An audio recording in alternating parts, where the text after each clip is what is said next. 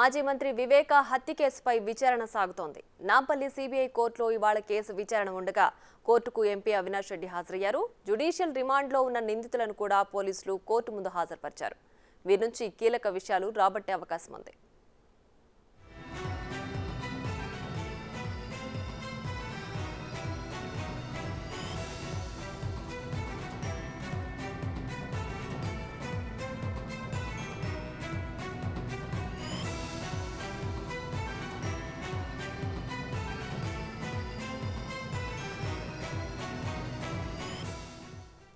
మాజీ మంత్రి వివేక హత్య కేసుపై విచారణ సాగుతోంది.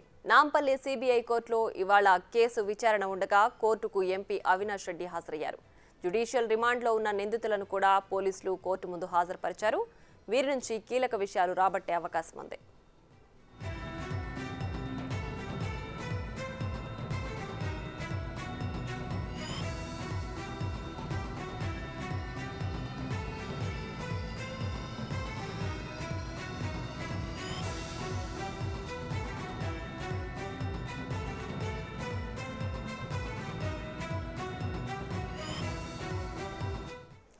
ఇక నాంపల్లి కోర్టులో వివేక హత్య కేసుపై విచారణ కొనసాగుతోంది. దీనికి సంబంధించి పూర్తి డీటెయిల్స్ మా ప్రతినిధి రాణా అందించడానికి సిద్ధంగా ఉన్నారు. రాణా, వివేక హత్య కేసుకు సంబంధించి విచారణ కొనసాగుతోంది కదా, దీనికి సంబంధించి పూర్తి డీటెయిల్స్ ఏంటి?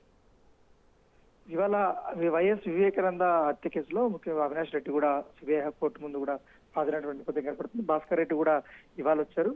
గతంలో నుంచి కూడా ఈ యొక్క కేసుని ఇప్పటికే ఫిబ్రవరి 8కి కూడా వాయిదా వేసినటువంటి నేపథ్యం అయితే కనపడుతుంది. వాయిదాల ప్రభావం అనేది ఇంకా కొనసాగుతూనే ఉంది. ఇప్పటికే అనేక కోణాల్లో కూడా సిబిఐ అధికారులు దర్యాప్తు చేశారు కాబట్టి దీన్ని ఖచ్చితంగా కూడా కస్టడీకి కోర్టు కూడా అనేక మార్లు కూడా పిటిషన్ వేశారు. కాకపోతే ఈ కేసును మరొకసారి నెక్స్ట్ మంత్ 8వ తారీఖుకి వాయిదా వేసినట్టుగా తెలుస్తుంది. ప్రస్తుతం అవినాష్ రెడ్డి నాంపల్లి కోర్టు నుంచి కూడా వెళ్ళిపోయినటువంటి పరిస్థితి కనపడుతుంది. ఇప్పటికైతే ఈ యొక్క కేసులో దస్తగిరి అయితే ఇప్పటి వరకు కోర్టు ముందు హాజరు కానటువంటి పరిస్థితి కనపడుతుంది. గతంలో కూడా నాన్ బెయిల్ వారెంట్ ఉంది కాబట్టి దస్తగిరికి ఆయన కూడా ఇప్పటి వరకు హాజరు కాలేదు కాబట్టి ఇప్పుడు అవినాష్ రెడ్డితో పాటు భాస్కర్ రెడ్డి వీళ్ళందరూ హాజరయ్యారు.